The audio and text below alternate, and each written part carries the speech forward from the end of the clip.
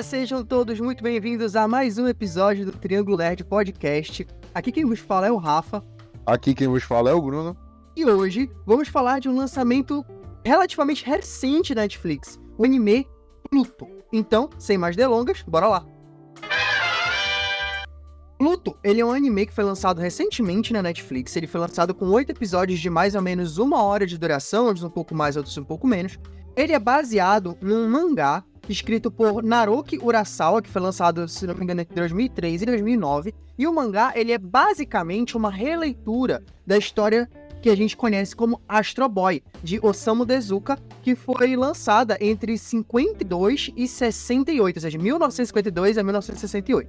E a história, dando uma sinopse muito por alto, se passa num mundo onde os robôs, eles fazem parte do dia a dia dos seres humanos, eles estão completamente inseridos na nossa realidade, e, basicamente, 7 dos robôs mais desenvolvidos, mais tecnológicos que existem, começam a serem assassinados um a um.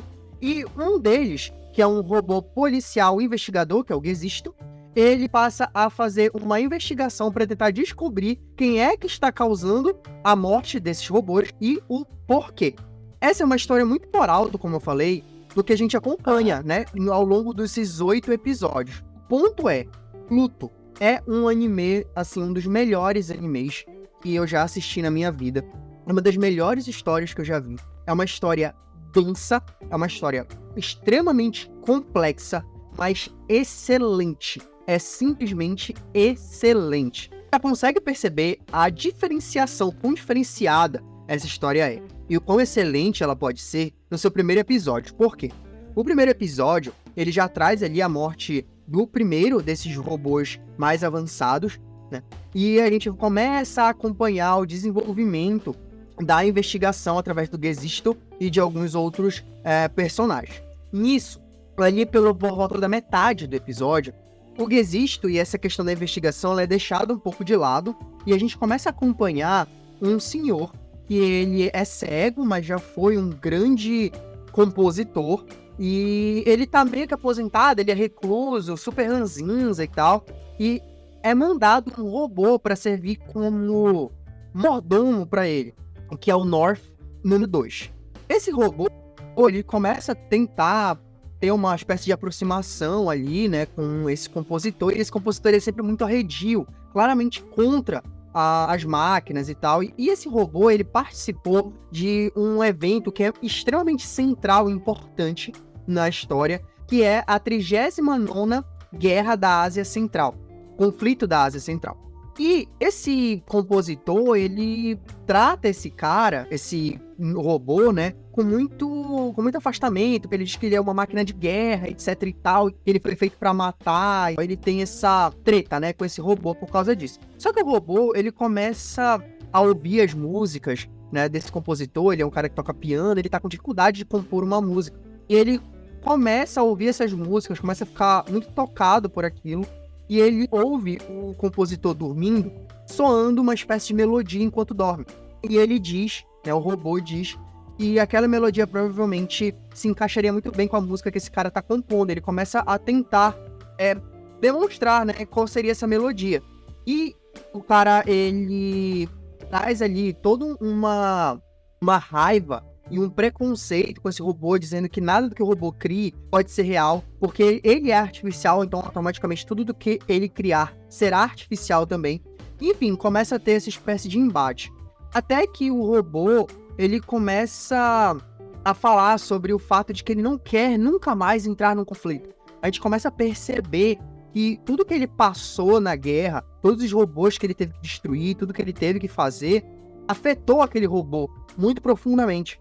Ainda que as pessoas, de modo geral, inclusive aquele compositor, não queiram reconhecer isso. Que aquele robô, ele provavelmente tem emoções muito mais humanas do que diversos seres humanos. E isso, em certo momento, começa a aproximar os dois, né? O robô depois conta ali também um pouco da história da mãe desse compositor, que esse compositor acredita que a mãe abandonou ele, e na verdade ele fala que não foi bem assim. E aí os dois, em algum momento, se aproximam de verdade, criam uma conexão de uma forma que o compositor tem aqueles seus preconceitos quebrados e ele começa a ensinar pro North número 2 a tocar piano também, etc e tal. E logo depois, e aí, gente, eu já tô contando aqui toda a história, já tiveram alguns spoilers do primeiro episódio, mas só lembrando que o nosso podcast vai ser gravado cheio de spoilers, tá? Da história inteira aqui. Logo no final desse episódio, a gente acompanha, infelizmente, a morte do North 2. É por esse inimigo que a gente ainda não sabe quem é. E eu digo que isso traz já demonstra o quão o anime ele é diferenciado, porque ele é um anime que ele vai se esforçar para criar essa âncora emocional entre nós e os personagens que nós acompanhamos. Nós passamos basicamente 20 minutos, 30 minutos de episódio acompanhando uma história de um personagem que ele vai morrer no final ali daqueles 20 minutos. Ou seja, teoricamente, muitas vezes as pessoas poderiam ver aquilo como uma perda de tempo. Pô, desenvolver um personagem, uma relação que não vai ser acompanhada, só que aquilo é extremamente importante, porque cria ali, demonstra ali as temáticas centrais, né? O anime, que é justamente as marcas da guerra, os efeitos, né, das atitudes daqueles robôs na guerra, nessa 39ª guerra, fala sobre sentimentos, sobre ódio, sobre medo, sobre preconceito, e todas essas questões, principalmente ódio e os efeitos da guerra, são os tópicos centrais do desenvolvimento da história como um todo. Então esses 20 minutos, eles são essenciais para criar ligação pra gente, para que a história ela consiga nos contar exatamente sobre o que ela vai ser. E isso pra mim, cara, já me fisgou. Eu cheguei ao final do primeiro episódio, assim, completamente conectado com a história. E dali pra frente, cara, ela só evolui, é só melhora, é só ladeira acima, sabe? Os episódios 6 e 7 são incríveis. E, enfim, cara, que puta anime, que puta história. É uma das melhores histórias anti-guerra que eu já vi na minha vida. E, enfim, mas eu vou deixar pro Bruno agora dar as impressões também dele gerais da série. Depois a gente vai se aprofundar por alguns tópicos. Então, Bruno, fala aí o que tu achou de modo geral do anime. Cara, como tu mesmo falou, tipo, esse anime, ele... Pra começo de história, não é um anime pra qualquer um, tá? Pra quem tá escutando a gente, ele não é um anime pra qualquer um. Ele tem, sim, um ponto ali de ação, mas a ação dele é bem básica. Pra quem quer ver um anime de robô se matando, lutando, não é esse anime. Ele tem isso, mas esse não é o foco principal. O foco principal desse anime, literalmente, é investigação e esse discurso de anti-guerra.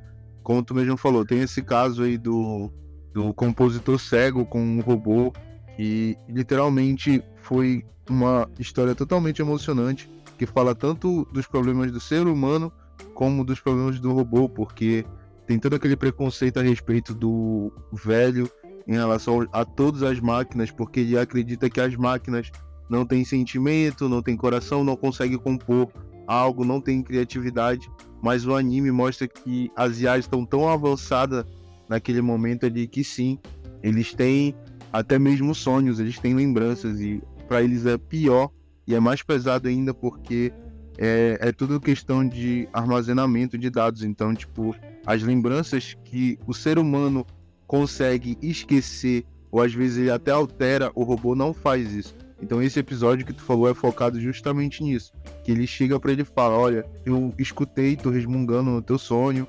e tu resmunga uma melodia. Então depois de toda uma investigação ele consegue descobrir que aquela melodia é o que a mãe dele cantava com ele enquanto eles corriam num campo, assim, tipo, é uma história muito bonita, deles dois juntos e tal. E ele fala pra ele que a memória que ele não conseguia se lembrar, ele conseguiu recuperar pro senhor, mas a dele não, a dele tá viva. Ele consegue ver todos os robôs que ele matou, tudo que aconteceu durante a guerra. Então é muito profundo, é muito tocante, porque o anime ele aborda isso, a proximidade do robô com o ser humano, mas também as diferenças entre os dois, entendeu? Então, tipo, o anime ele tem essa profundidade muito gigantesca. E é por isso que eu falei no começo, esse anime não é pra todo mundo, é pra quem quer realmente ver uma coisa fora da caixinha, ver uma crítica social bem feita. É como se a gente visse várias costuras, uma em cada ponto, e tu fala, pô, isso aí vai ficar horrível, Mas quando eles puxam a linha, quando eles puxam o fio, junta tudo e tu fala, caralho, que obra-prima, velho.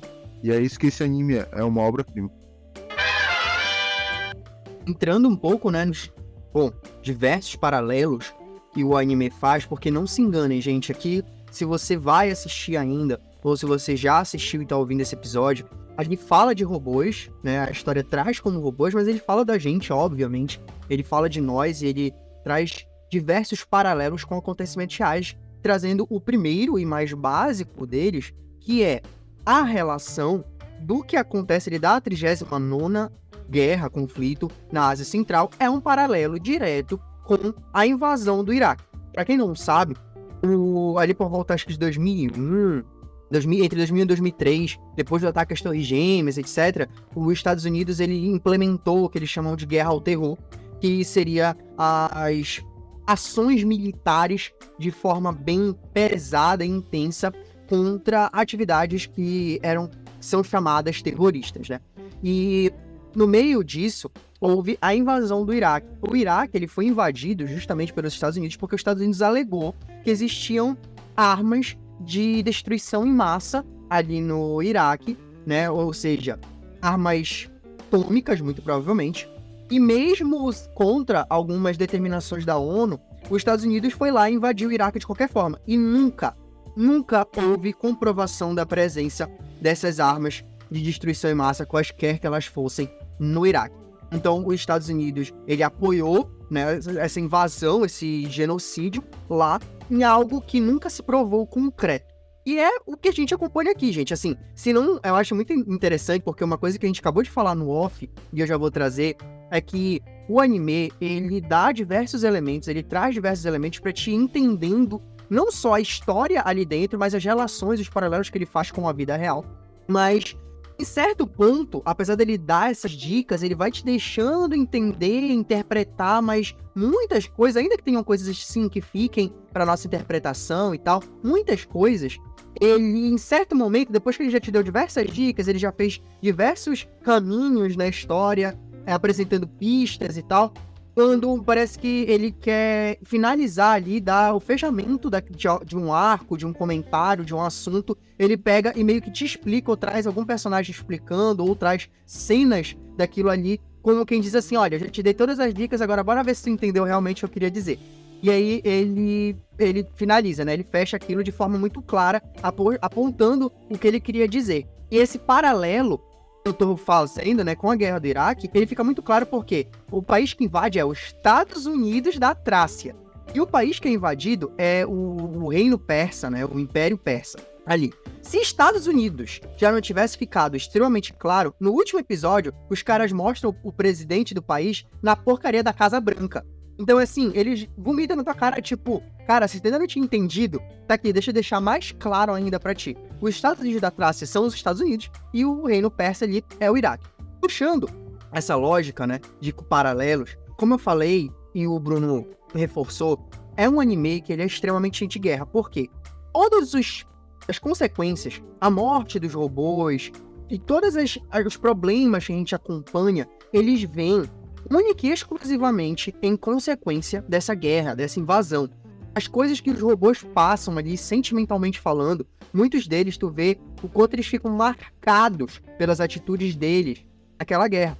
E quando a gente fala aqui de os efeitos que a guerra causou, são os efeitos políticos, são os efeitos emocionais, são os efeitos em pequena escala, em larga escala. A gente vê ali, por exemplo, acho que no 6º episódio, o Gesisto, que é o robô policial, investigador, ele vai até a Pérsia, né? E um dos personagens que aparece lá é um robô criança, que seria uma criança, e ele tá sem um braço, ele vem de flor, ele tá com metade do rosto destruído e tal. Isso é um claro paralelo a crianças que são afetadas pela guerra. Depois tu vê justamente o personagem que é o vilão, que a gente descobre lá no final, que ele perdeu toda a família, sabe? E essa perda da família por uma invasão que a gente descobre que não tinha fundamento nenhum, sabe? Pelo genocídio que foi causado no país dele, por um país dito superior, é o que faz com que ele busque vingança depois. E isso são todos paralelos que nós conseguimos fazer com essa questão que nós tivemos entre Estados Unidos e Iraque e Oriente Médio ali de modo geral. Então, cara, isso é muito forte, de verdade, sabe? São todas cenas que quando tu vê, elas se tratam de robôs, mas, como a gente falou, o anime ele faz questão de humanizar aqueles robôs, de que a gente enxergue eles como pessoas mesmo. Mas, além disso, os paralelos que ele faz acabam sendo tão claros que tu consegue enxergar de maneira nítida, sabe? E de alguma forma isso acaba te machucando ainda mais.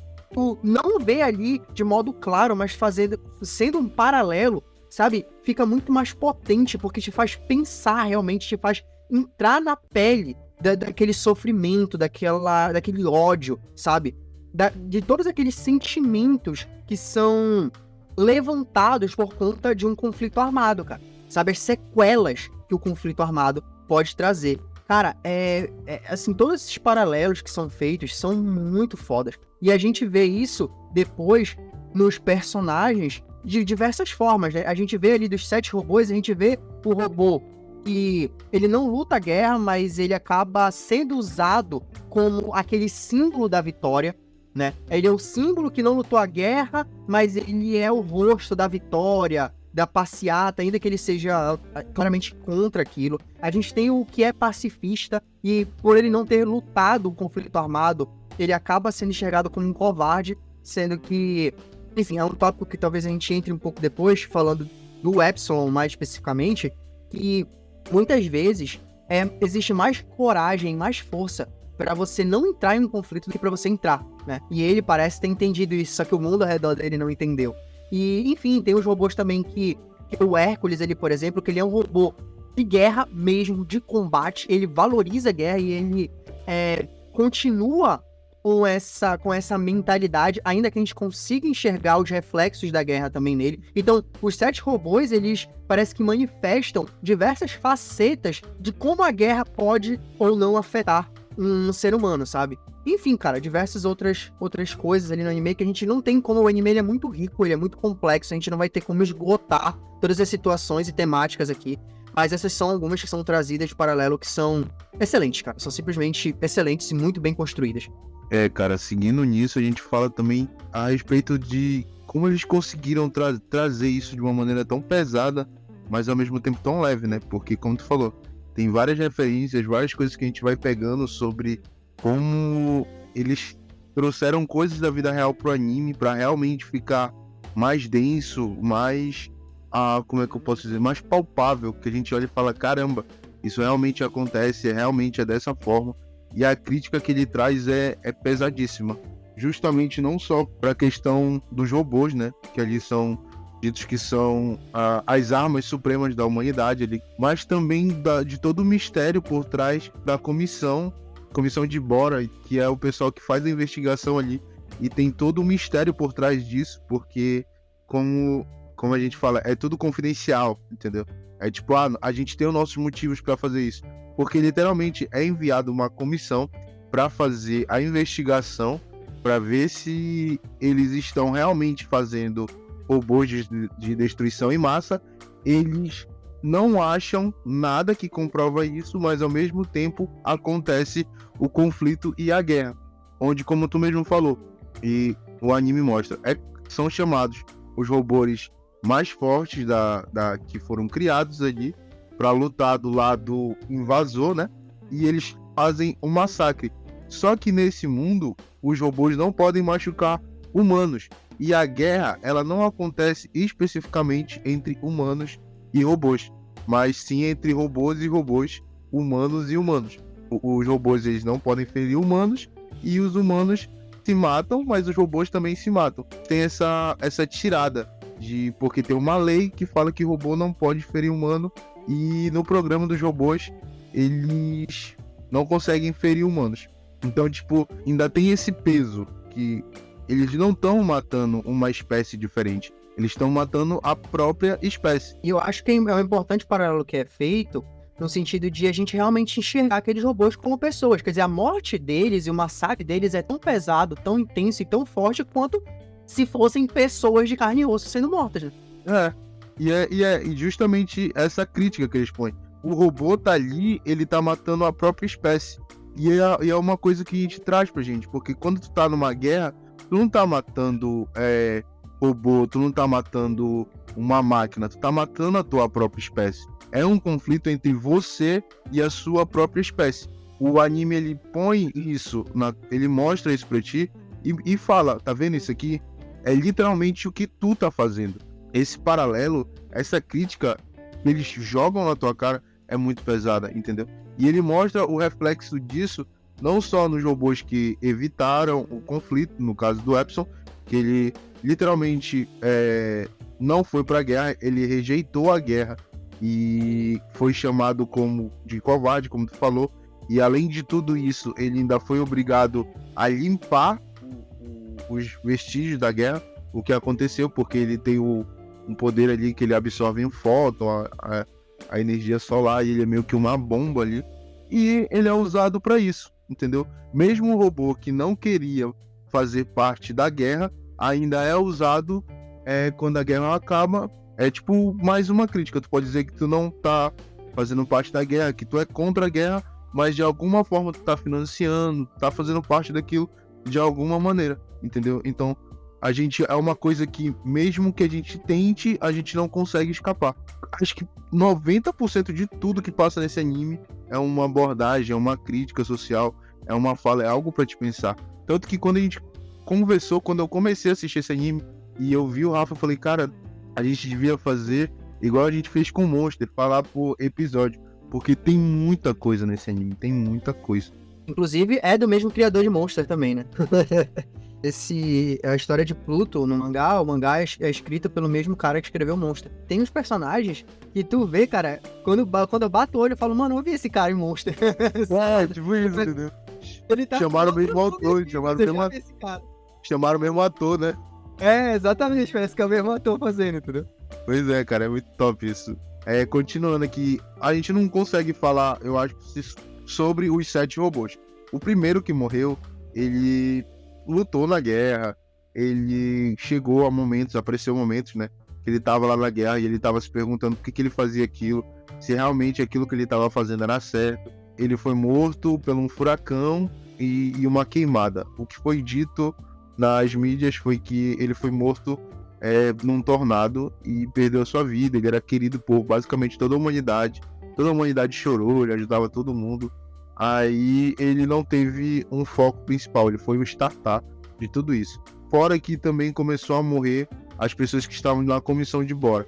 Aí a gente fica se perguntando por que isso durante todo o anime. Aí teve a história do segundo robô ali, que era aquele robô que virou mordomo, do cego lá, que a gente já falou sobre a história dele, que é uma história que realmente a gente falou muito isso no anime Monster, que o autor, ele sabe fazer muita história secundária e as histórias secundárias dele são muito boas. E isso aqui é uma prova. A história secundária desse robô com o velho cego é perfeita demais, cara. É tipo assim, o que esse cara falhou em Monster, que foi pouco, aqui ele foi excelente. Inclusive em histórias secundárias e em conclusões. Aí a gente vai também pro terceiro. Qual é o terceiro? O terceiro é aquele que é um lutador, né? De luta de robô, luta livre. Isso, fugiu o nome. É o Hércules, mano? Não, tem o Hércules e tem o Boran. É o Boran. É o Boran. Ele literalmente é mundialmente famoso como um robô lutador. Perdão, Boran não, Brando. Ele é mundialmente famoso como lutador e ele tem uma visita do nosso investigador ali, porque já é dito que os alvos são os da comissão de Bora, os cientistas da comissão de Bora e os 7 robôs mais avançados da humanidade. Quando a gente vê a vida dele, como eu falei, o anime ele conta uma história sobre cada robô, tirando o primeiro que não conta muito sobre ele. Mas aí do segundo robô pra frente é contada a história de cada um ali. A história dele é que tipo, ele fala que ele é muito rico, tem dinheiro, mas ele prefere ter uma vida humilde e gastar o dinheiro dele com a família dele. Aí quando ele, o investigador, entra na casa, vê uma penca de criança ali, e eu até pensei que essas crianças eram humanas e tal, mas eram robôs. E Depois das leis de robôs, eles puderam adotar crianças. Então, ele conta a história dele ali, cara, é muito lindo. E a gente não pode se aprofundar tanto, né? Mas a história dele é boa, ele é um cara muito legal. Só que o que eu acho que tem uma falha nesse anime é justamente essa vontade que os robôs têm de tentar resolver aquilo sozinhos. Ele olha e fala assim, pô, eu perdi um amigo robô, ele era muito querido, eu amava aquele cara, a gente chegou a lutar junto, e eu vi que ele perdeu a vida dele, e agora eu tô puto e eu vou me vingar. Tu já começa a ver aqueles vestígios da humanidade. Pô, eu vou me vingar, eu vou lá, eu vou derrotar o robô que matou o meu amigo. Então isso acontece muito durante todo o anime. Tem essa situação de o roteiro ter que fazer eles entrarem nesse conflito, mas de maneira individual. Porque todos os robôs eles são mortos de uma maneira individual, onde a gente vê que tinha outra forma daquilo acontecer. A gente aqui pensando, eu pelo menos, vendo ali que dava pra acontecer de outra forma. A não ser uma morte que acontece mais lá na frente, né? Que eu não vou falar agora. Mas do resto, assim, cara, literalmente são confrontos que eles podiam evitar. Mas eles não evitaram, eles simplesmente quiseram ir pra cima. Não sei se foi por questão do roteiro chegar e falar, mas é robô. Tem toda aquela questão de lógica que pra resolver os problemas eles fizeram uma conta lá na cabeça e falaram, pô, a minha IA diz que eu consigo derrotar, então eu vou lá, entendeu? Então, tipo, se for nessa justificativa eu aceito, mas trazendo pro nosso lado e pro que o anime quis passar, que os robôs eles estavam ficando cada vez mais próximos dos humanos, pra mim é burrice, entendeu? Não sei se tu discorda disso, mas pra mim era burrice. Cara, justamente a gente entra num ponto que tu citou, que é super importante na história, né? É os robôs estarem ficando mais próximos dos humanos. E eu acho que é justamente por isso que as atitudes deles fazem sentido. Uma coisa que a gente discutiu tantas vezes aqui em Monster, trazendo a nossa querida Eva, nossa pequena Eva de volta, foi uma coisa que a gente discutiu, que era o fato de que eu ficava falando que diversas coisas não tinham sentido nas atitudes dela e tal e tal.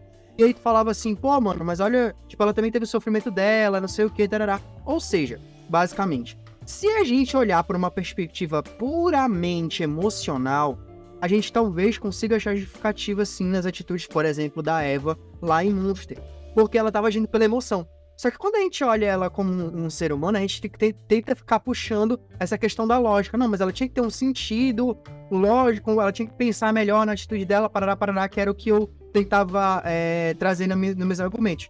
Só que se a gente pensar aqui em Pluto dessa maneira, por essa lógica, os robôs, por eles justamente estarem se aproximando dos humanos, é que faz sentido ele tomar uma atitude tão burra. Porque ele não toma atitude pela lógica. Não é, justamente, se fosse pela lógica, talvez ele fizesse o que tu falou, tipo assim, ele faria um cálculo lá e perceberia, cara, eu não vou lutar sozinho contra esse cara que matou esse robô aqui, esse cara, né, que até certo momento a gente não sabe.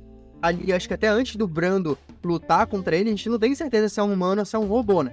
E aí, que tá assassinando a galera. E aí, quando chega nessa atitude dele, se ele tivesse feito essa conta, tipo, cara, não tem lógica, matemática, robótica, eu ir lutar contra um adversário que destruiu outros adversários fortes tão facilmente. Eu preciso ter um plano, eu preciso ter mais dados sobre esse adversário para saber se a minha força é compatível com a dele, mas se torna lógico, digamos assim, ou melhor dizendo, faz sentido a atitude para mim, a partir do momento que a gente entende que eles estão se tornando mais próximos dos humanos, então eles estão agindo por emoção, eles estão agindo por impulso, eles estão agindo pelo desejo de vingança.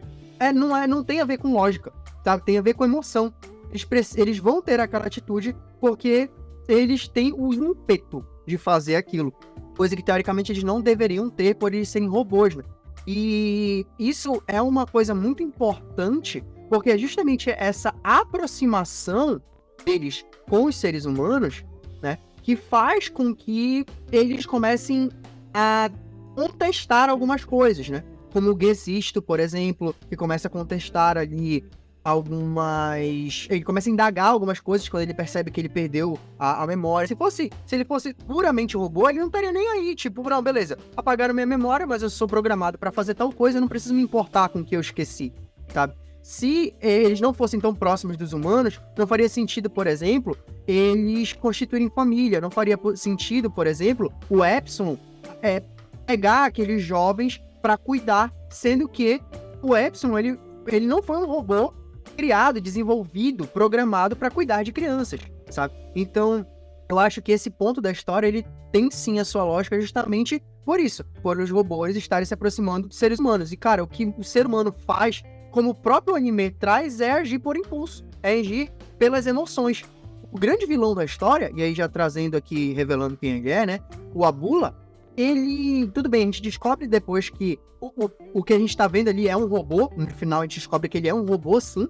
Mas ele tá imbuído, aquele robô tá imbuído de todo o ódio do Abula. E eu acho que essa questão do ódio, das emoções, ela é interessante quando ela é trazida pelo Dr. Tema do Pluto, tá? Não o que a gente viu em Monster. Mas, inclusive, é uma coisa que eu citei também no off. Se a gente vê uma obra desse cara, a gente lê uma obra desse cara, desse autor, e a gente vê que tem um Dr. Tema lá, pode escrever que ele vai fazer merda em algum momento, entendeu? E esse Dr. Tema aqui de Pluto, ele fala que ele cria a máquina perfeita. E o que seria a máquina perfeita para ele? Não é, na nossa concepção, aquela que não comete erros, que faz tudo corretamente e tal. É, na verdade, o oposto disso. Porque a máquina perfeita, digamos assim, seria a perfeição da similaridade com os seres humanos. E assim, quanto mais similar os seres humanos eles forem, mais emoções humanas, mais atitudes humanas eles teriam. Então, ele fala lá, por exemplo, que ele diz que o Atom, que seria o robô mais desenvolvido de todos, ele é um fracasso, na verdade. Um dos personagens lá, que eu esqueci agora o nome, que é um nome meio chato também de pronunciar, ele é o ministro da ciência, ele diz, né, que o Atom seria o ápice do desenvolvimento tecnológico ali. E o Tema, ele fala que não, que o Atom, na verdade, é um fracasso. Por quê? Porque o Atom, ele não pode mentir. Porque o Atom, ele não faz coisas, de modo geral, que os seres humanos fariam, num sentido negativo até da coisa. Então ele seria um fracasso por conta disso. E é muito interessante a questão da humanidade, dos sentimentos, quando ele fala que ele criou um robô perfeito, que depois a gente descobre que é o Abula, né? E ele conseguiu colocar lá nesse robô, desenvolver uma IA onde ela teria imbuída nela todos os 9,9 bilhões, que seria ali a população do mundo naquela história, de personalidades possíveis. Então aquele robô, ele tem todas as personalidades possíveis do mundo dentro dele. E com isso, o robô, ele não acorda. Por quê? Ele não consegue saber o que ele vai se tornar em tantas possibilidades. Ele não consegue simular o que ele precisa ser, ou o que ele vai ser. E o Tema, ele fala, a única forma de conseguir acordar esse robô seria colocando emoções complexas nele, como ódio, tristeza, rancor, mágoa, raiva, etc. E qual é a minha interpretação, a minha leitura disso? Cara, sentimentos extremos, eles fazem com que a gente simplifique as coisas. Eles fazem com que a gente simplifique situações complexas. E não tô falando de uma maneira boa, nem necessariamente ruim, elas simplificam. E aí depende muito da situação. Ou, por exemplo, a gente pode pegar, tipo, uma pessoa, sei lá, dar um exemplo aqui meio absurdo. Mas uma pessoa que descobre que está sendo traída pelo seu cônjuge, pela sua esposa, pelo seu marido e tal. Às vezes, a raiva que ela sente é tão grande que ela canaliza toda a frustração, a tristeza, a mágoa, tudo que ela está sentindo ali naquele momento, ela simplifica em um único ato, infelizmente, né? E muitas vezes é bater, é atacar, é tentar matar, seja aquela pessoa com quem ela estava, seja a pessoa com quem ela estava sendo traída, né? Então, ela pega toda aquela complexidade de sensações, de sentimentos, todas as opções que ela teria de atitudes, e ela simplifica uma coisa, cara, o meu ódio ele vai ser direcionado pra atacar essa pessoa e ponto final, acabou. Esses sentimentos complexos e fortes, eles fazem com que, digamos assim, algo que fosse um cálculo matemático super complexo seja simplificado. Ou seja, nesse caso aí, por exemplo, que tu citou, dos robôs indo atacar sozinhos, é o seguinte, Cara, eu poderia ter que fazer um cálculo, uma estratégia de como eu vou matar esse robô, como eu vou destruir ele, eu precisaria juntar dados e tal. Cara, isso tudo é resumido em: estou com raiva, estou frustrado porque perdi um amigo e eu vou atacar esse cara e foda-se, entendeu? Eu confio na minha força porque eu preciso confiar que eu vou derrotar esse cara pra vingar o meu amigo, sabe? Então, toda essa construção, pra mim, é muito coerente e extremamente bem realizada, cara. É muito foda pra mim como tá isso na história. Aliás, tudo que tá na história pra mim é muito foda.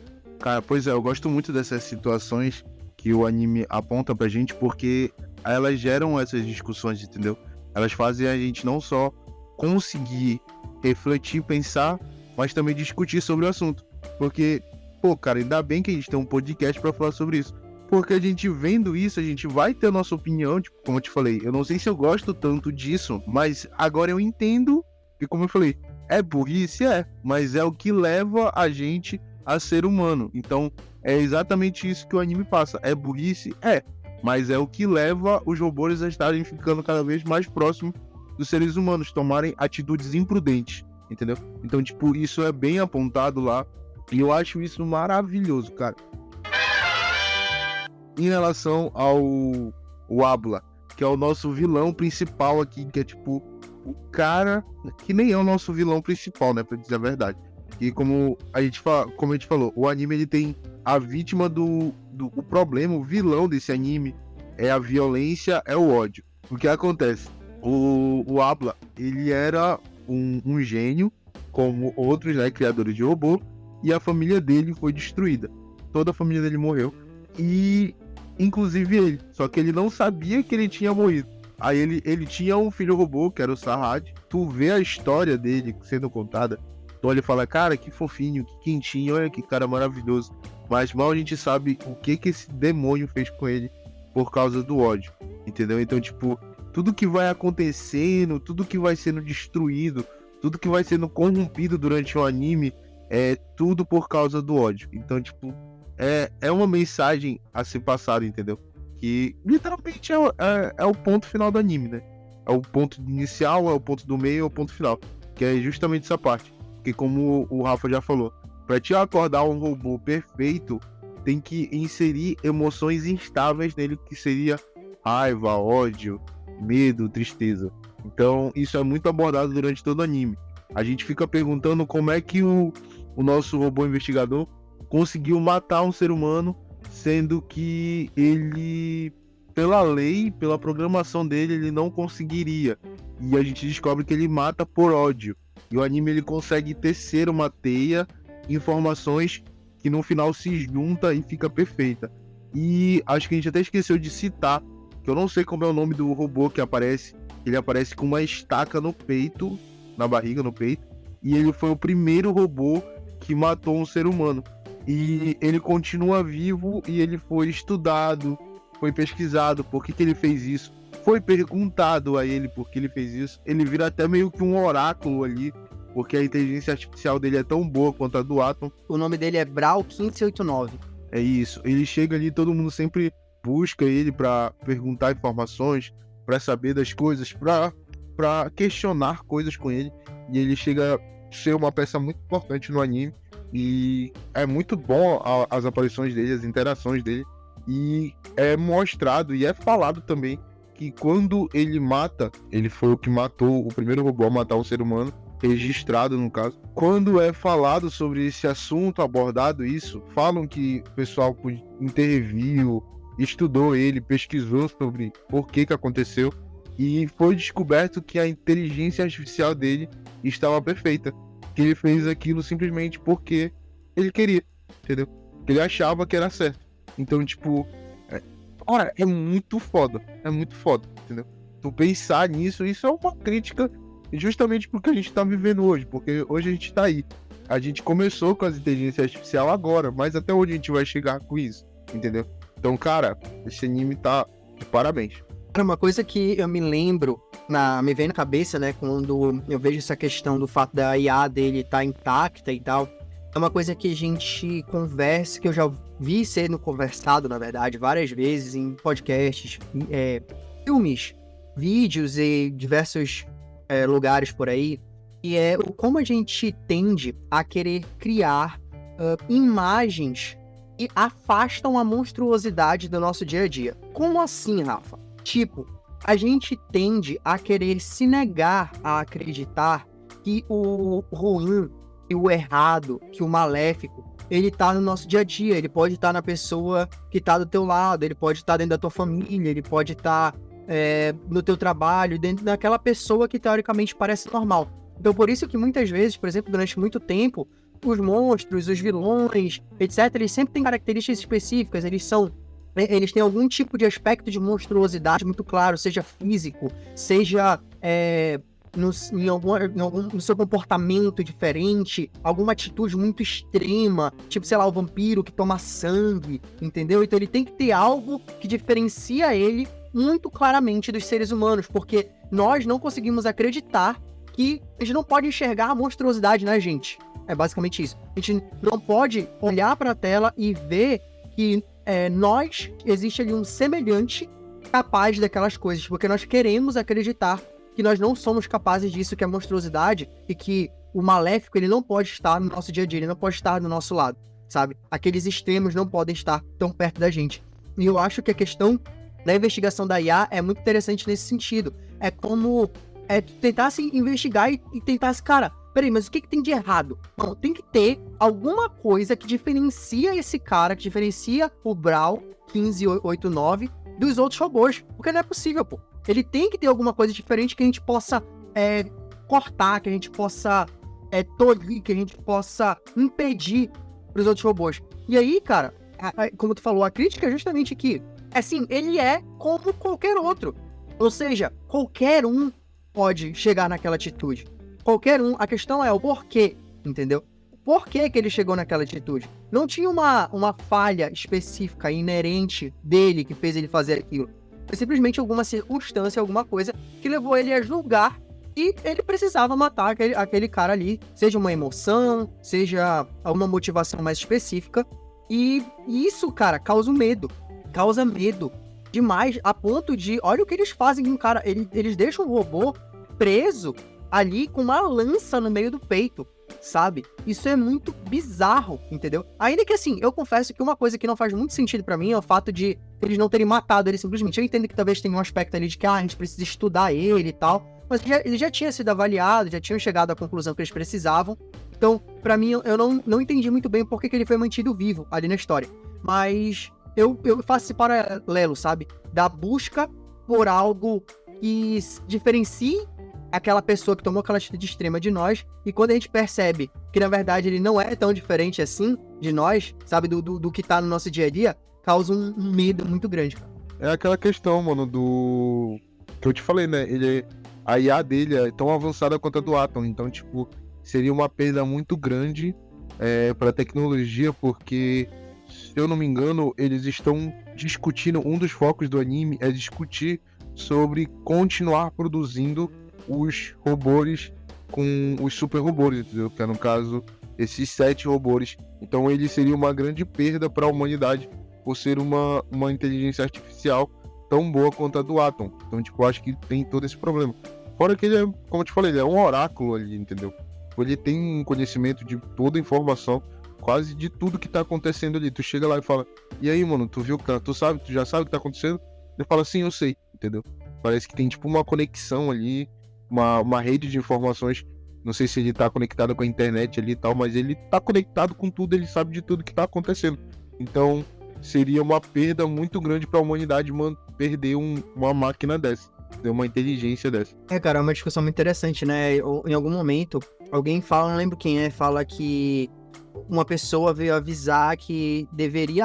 é o próprio Tema, né? O Dr. Tema, na verdade, não é que ele fala, é que ele foi a pessoa que comentou, tipo assim, olha, parem de tentar fazer com que os robôs sejam o mais próximo possível dos seres humanos. É como se ele estivesse avisando que, tipo assim, cara, isso não é necessariamente uma boa ideia. Ainda que, assim, seja meio incoerente ou contraditório, porque depois é ele justamente quem faz os robôs mais parecidos, né, com os seres humanos ali. Mas talvez justamente por ele já ter visto o que o Abula se tornou, ele meio que dá aquele alerta, tipo, olha, será que é uma boa ideia mesmo fazer os robôs mais próximos dos seres humanos? Tipo, não sei se é uma boa ideia, entendeu? Justamente porque a gente sabe do que a gente é capaz.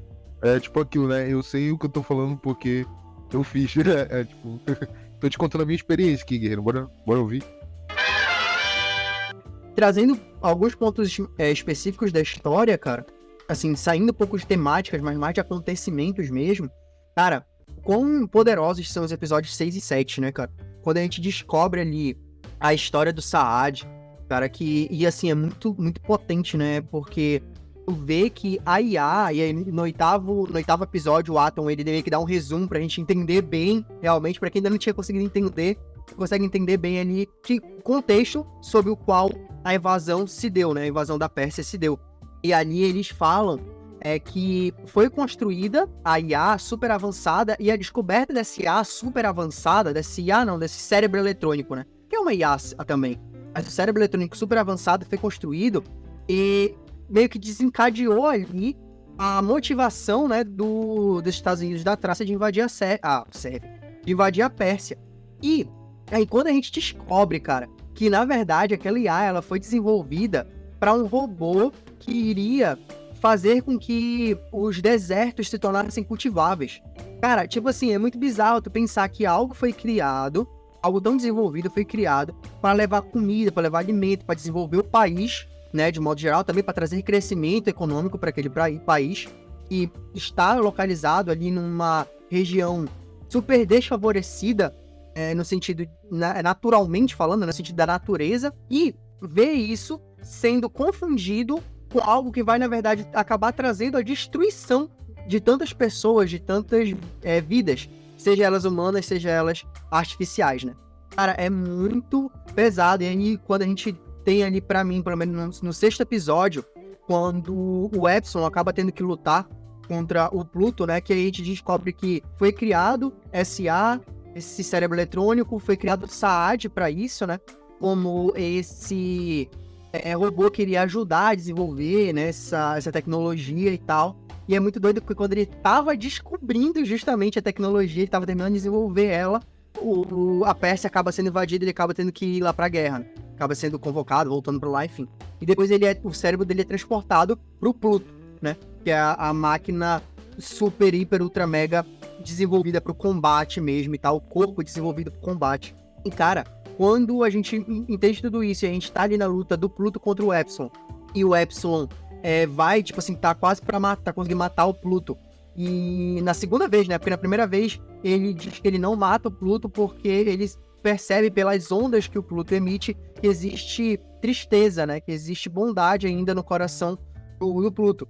Mas depois o Pluto ele pede desesperadamente que o Epsilon mate ele, porque ele claramente não aguenta mais sentir aquele ódio, porque ele tá sendo manipulado pelo ódio que existe, né? Que o Abulo implantou nele.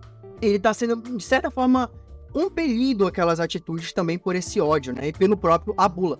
Ele tenta parar antes, né? Até ali no episódio 6, quando o Gezisto encontra ele tá claramente tentando parar. Claro, ele tá machucado também, ele tá com as capacidades de luta dele diminuídas, mas ele claramente não tá tentando se defender, ele não tá tentando atacar o Gezisto, então ele não quer mais aquilo, realmente. Mas ele é compelido pra frente de alguma forma, pra continuar aquilo de alguma forma.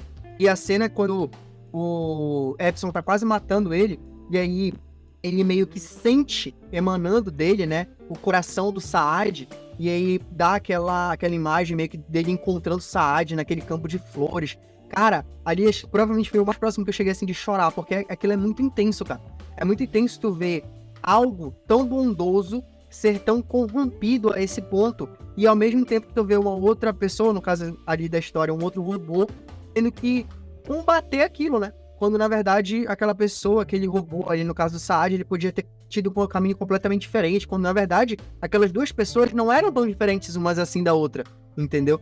E acabaram tomando caminhos tão opostos em virtude da mesma coisa, né? A mesma guerra que trouxe pro Saad essa consequência de fazer com que ele se tornasse uma máquina de destruição e de morte, fez com que o Epsilon descobrisse o propósito de vida dele, que era cuidar daquelas crianças e infelizmente se tornaram órfãos. Cara, é um contraponto muito pesado, cara, é muito triste, assim, de acompanhar, sabe? Fora que tem aquela questão dos opostos, né?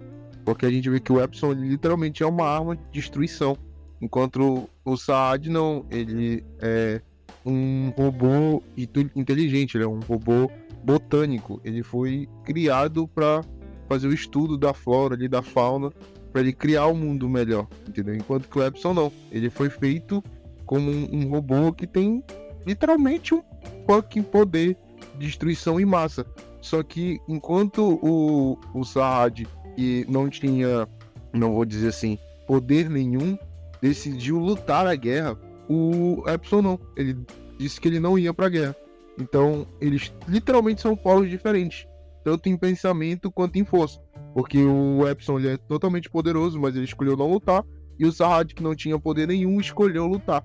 Aí depois que o Sarraj encontrou ali, como a gente falou, foi manipulado, foi obrigado a entrar no Pluto, a virar aquela arma de destruição em massa, ele se chocou com o Epson, que não queria usar os poderes dele contra ele, não queria matar ele. Então, tipo, tem tudo isso que o anime mostra pra ti, entendeu? Então, tipo, é muito top. Mesmo que seja muito triste, porque, spoiler, não sei se vocês sabem o óbvio, mas o Pluto acaba matando todos os 7 robôs mais desenvolvidos da Terra em razão desse ódio. E pra mim, a pior é a do investigador. Eu chorei na história do Epson. Eu achei muito triste, cara, a situação toda ali. Aquela questão dele deixar as crianças órfãos de todos aqueles acontecimentos. Quando aquele menino que só conseguia falar bora agradeceu a ele, eu chorei. Foi horrível, cara. Mas o pior ainda é a história do investigador, pelo menos na minha opinião. Porque ele é, se eu não me engano, um robô com o melhor equipamento, pra dizer assim, com o melhor metal. É a melhor liga de aço que tem a dele, que é o Zerônio. Isso, ele tem a melhor liga de aço. Ou seja, o Pluto não conseguia bater de frente com ele no X1. Então ele consegue ter a mesma... Ele consegue entender, da mesma forma que o Epson, que quem tá ali dentro do Pluto é o Sarraj e que ele não deveria feri-lo. E ele acaba não ouvindo ordens do comandante dele, do oficial dele superior. E ele, pô, é muito chato, porque, tipo assim, ele vai e fala pra ele que ele não quer fazer isso. Ele literalmente vira as costas e fala, olha, tu tá mentindo pra mim. Tu disse que o meu criador, no caso o cientista que criou ele, tava sendo sequestrado ali, quase morto. Ele tava tudo bem, mas ele não tava, só queria que eu cumprisse as ordens e pronto. Ele tava mostrando toda aquela situação que ocorreu em cima dele, como a gente falou um pouco mais atrás. Ele teve 1 ano da vida dele apagado. E ficou um branco na mente dele e na nossa também, porque a gente não sabia o que estava acontecendo ali de fato. Mas ali, a indústria, no caso ali, ainda tratava ele como máquina, porque eles não tinham o direito de fazer isso. Então ainda tinha tudo isso em cima deles. Eles literalmente falaram, olha, esse cara aqui, ele é o robô mais caro, ele é uma peça muito importante, então não importa o que aconteça, a gente vai passar o pano, a gente vai fazer o que a gente quiser. Não importa se ele tem vontade, não importa se ele tem querer, ele vai fazer o que a gente quer e foda-se, entendeu? Tanto que ele pede pra se demitir e o oficial dele fala, olha, você não pode se demitir, não tem como você fazer isso, você foi feito pra ser um robô investigativo. E eles não deixam ele se demitir, entendeu? Ele fala, então eu quero tirar um ano sabático, quero tirar uma licença de 1 ano e tal, e eu não quero trabalhar mais, porque ele entende que o que ele tava fazendo ali, de certa forma, era errado, entendeu? Que o ódio levava ao ódio, e mais ódio, e mais ódio, e mais ódio. Quando ele consegue recuperar as memórias dele. E foi aí que eu chorei, porque, como eu tava conversando com a Rafa no off, não foi contado pra gente, assim, na tua cara o que tava acontecendo. Ele é um anime de investigação, tem essa pegada de investigação. Então ele vai te dando as informações e tu vai juntando. Eu não consegui pegar essa informação de que ele tinha um filho e que o filho dele tinha sido sequestrado e morto pelo cara que ele matou. Pra mim, ele só tava defendendo a espécie dele. Quando ele via alguém fazendo alguma coisa errada, ele ficava indignado, ficava meio puto ali durante todo o período ali do anime. E quando chegou no episódio 7, 6 ou 7, conta a história dele, conta realmente tudo que aconteceu, cara. Eu fiquei, caralho, velho, eu não acredito nisso. Tem uma situação que ele tá no ferro velho, que ele vai salvar uma criança, e os pais da criança falam, tipo, eu nunca mais vou te abandonar por toda a minha vida e tal, não sei o que. E quando ele vê o robozinho ali no lixão, compra ele por R$500, porque o cara literalmente ia matar, jogar o robozinho fora, leva ele pra casa, começa a cuidar dele com a mulher, ele abraça ele, dá o nome pra ele, fala a mesma coisa. Aí eu não acredito nisso, mano, porra. Aí já veio a lágrima e passou mais um tempo, aí aparece o filho dele sendo jogado assim de uma mochila assim. Cara, pô, eu falei, cara, eu te entendo, vai lá, mata esse filho da puta, mata. Ele merece. Como eu falei, acho que há uns 5 minutos atrás, a gente não tem o direito de escolher quem vai viver, quem vai morrer. Mas, pô, por a gente ser humano, tem coisas que a gente olha e fala, pô, esse cara não tem que estar vivo. Não tem que estar vivo. Entendeu? Então, tipo, acontece, o anime ele joga isso na tua cara. Ele fala, pô, tu não tem direito de escolher quem vive ou quem morre. Mas olha essa situação aqui, ó. Entendeu? Então, tipo, mostra realmente que em questão de humanidade, a gente não consegue, entendeu? A gente sempre vai voltar em certas situações bem específicas, né? Para alguns impulsos que a gente não vai conseguir controlar. E é isso que o anime mostra. Só que a beleza de tudo isso é que no final, antes dele morrer, a gente pensa que ele morre com ódio, com rancor no coração, mas ele não morre assim. Ele morre literalmente pensando e falando que o ódio não leva a nada, que o ódio não é o caminho. Então, tipo, a mensagem que é passada em toda a história dele, aquela parte que a mulher dele viaja pro Japão sozinha. Caralho, acho que foi uns 6 minutos de imagem disso.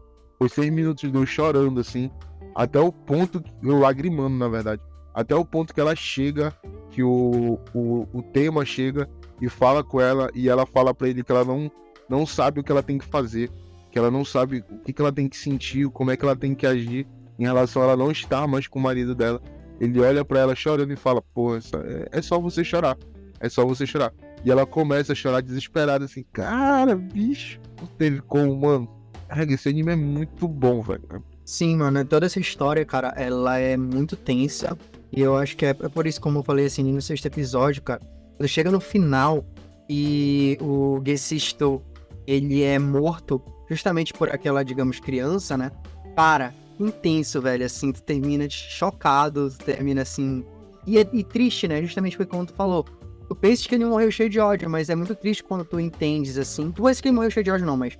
Tu entendes que ele tinha muito ódio ali, mas é muito triste quando ele tava com todo aquele ódio o tempo inteiro e ele morre justamente quando ele percebeu que aquilo não levaria ele a nada e que ele ia, tipo, se dedicar ainda mais, né, ao amor ali que ele sentia pela esposa e tal, e ele acaba morrendo. Cara, isso é muito cruel, assim, é uma morte muito, muito cruel, cara. Sabe o que me deu mais raiva disso, cara? Foi que ele começou a fazer planos. Aí eu lembrei de ti. Falei, caralho, esse bicho vai morrer. Rafa, filho da puta, mano, me lembrando disso. Caralho, mano. Agora, toda vez que eu vejo alguém fazendo planos, eu lembro disso que tu falou. Eu fico com muito ódio, mano. O ódio já veio assim no meu coração. Eu não acredito que esse cara vai morrer. Não acredito que o Rafa me deu esse... Como é? Essa trapaça na vida pra ver essas coisas. Cara, para com isso, cara, que o ódio não leva a lugar nenhum, cara. Mas é justamente, cara, é muito cruel, sabe? A morte desse personagem. Caminhando pra finalizar, que a gente já tá com um podcast muito grande, né? E depois eu passo pra ti, caso tu queira comentar mais alguma coisa específica. Eu acho que tem um ou outro ponto que eu acho que poderia ser melhor. Pô, é até sacanagem, eu acho, falar isso de um anime tão bom. Mas assim, é como eu falei em relação ao Brawl, que eu não entendi. Eu acho legal a presença dele, as cenas dele são muito legais, mas eu não entendi ali na história por que ele teria sido mantido de vivo, ainda que tu tenha, assim, trazido uma justificativa, né?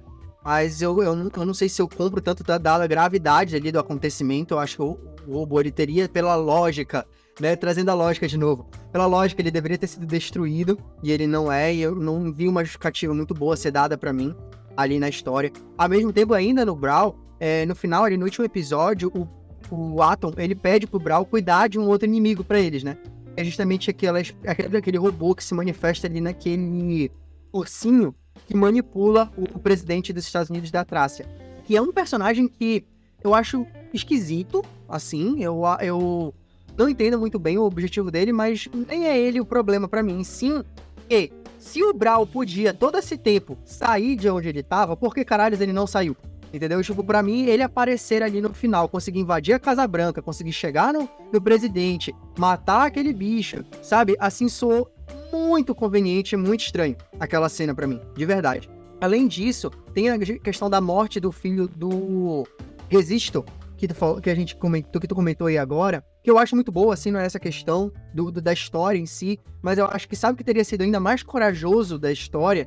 É se o autor tivesse escrito a morte do filho dele como um acidente, entendeu? Não aquele cara tivesse matado ele de propósito e feito com que o Gesisto tivesse matado um cara que era super mal e que, entre aspas, né, merecia morrer.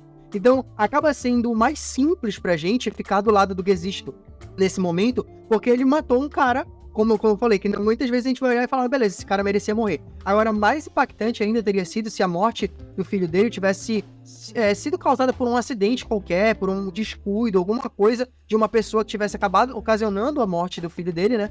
E aí ele tivesse tido ódio, matado aquela pessoa que ali pra gente seria uma pessoa comum que simplesmente cometeu um erro ali, sofreu um acidente que acabou ocasionando a morte do filho dele. E o último que eu queria trazer é a mudança de lado, digamos assim, do Pluto.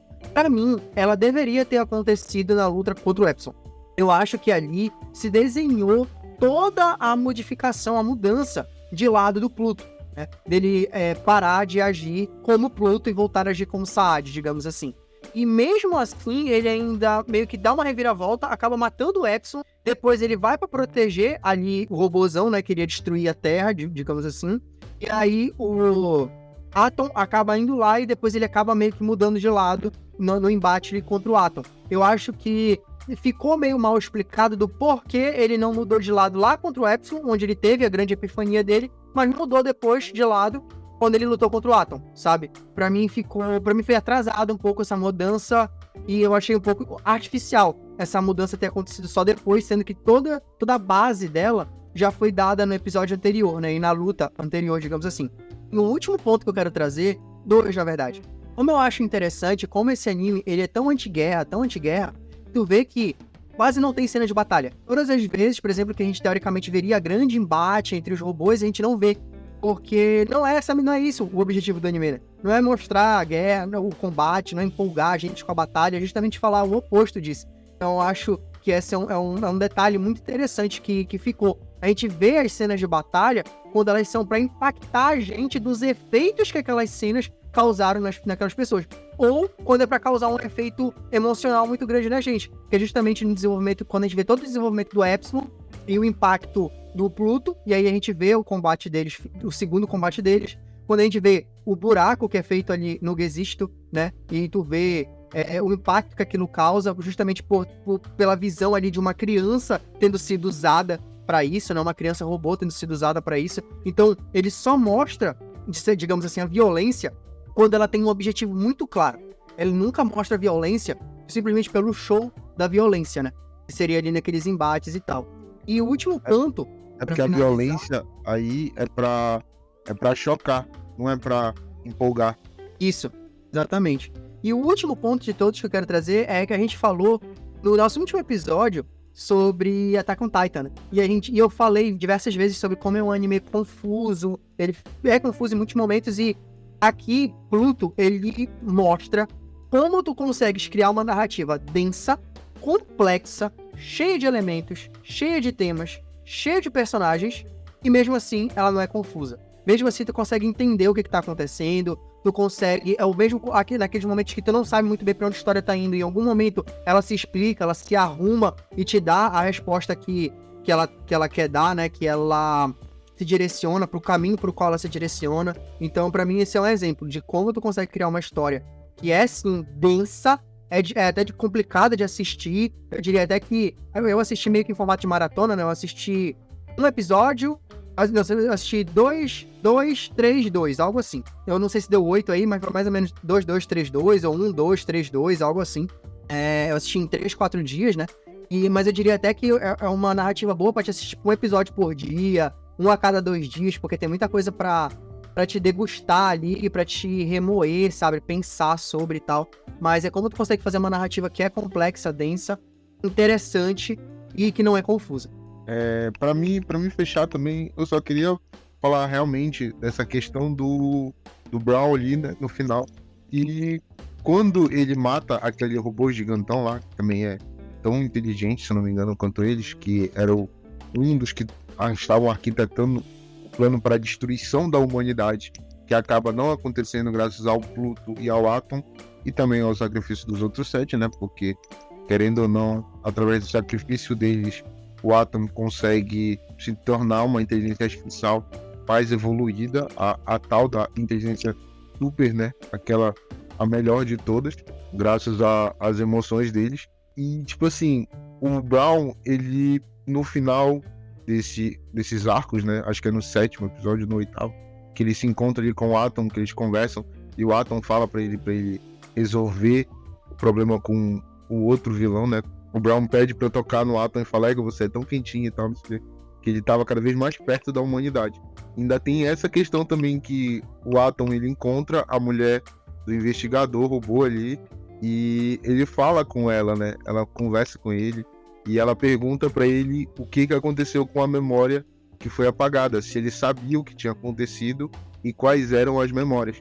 E o Atom falando que não sabia, e que o marido dela sempre pensou nela, tava sempre coisando assim, e ela implorou pra ele falar as memórias. Ele disse que ele não sabia de nada, e que ele tinha que ir embora, e quando ele vai embora, ela fala, né, Atom, robôs não mentem, mas você mentiu e tal. É muito show, cara, porque ali a gente vê realmente que ele se tornou um robô com uma inteligência artificial superior, né, que ele consegue mentir agora. Eu acho que ele chegou ao ponto de ser semelhante a um ser humano, que é a mesma coisa do caso do nosso vilão, que também tem essa questão que quando o Abula descobre que ele não é o verdadeiro Abula, e sim o robô que tem a inteligência artificial mais foda ali, ele entra em um colapso e o robô quebra, entendeu? O robô literalmente quebra, é tirado o chip dele, né, de memória, que é o chip da mente do Abula, do ódio do Abula, e é implantado no robô gigantão lá que ia ser feito para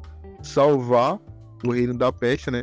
Levar ali a natureza, a flora, a fauna pro reino da peste, e ele acaba sendo usado para destruir toda a população, e o que sobrar seriam os robôs, né? Que os robôs seriam a evolução da vida. E no caso do Brown, como eu falei, foi um sacrifício que ele fez. Ele sabia que se ele saísse dali ele ia morrer, e o sacrifício foi esse. Ele se sacrificou para que a humanidade pudesse viver e para que aquele robô não arquitetasse mais nenhum plano para destruir a humanidade. Na questão do investigador, eu acho que seria muito forte se fosse um acidente e ele matasse um inocente que não tivesse culpa. Acho que ia ficar muito pesado, muito mais pesado do que já foi.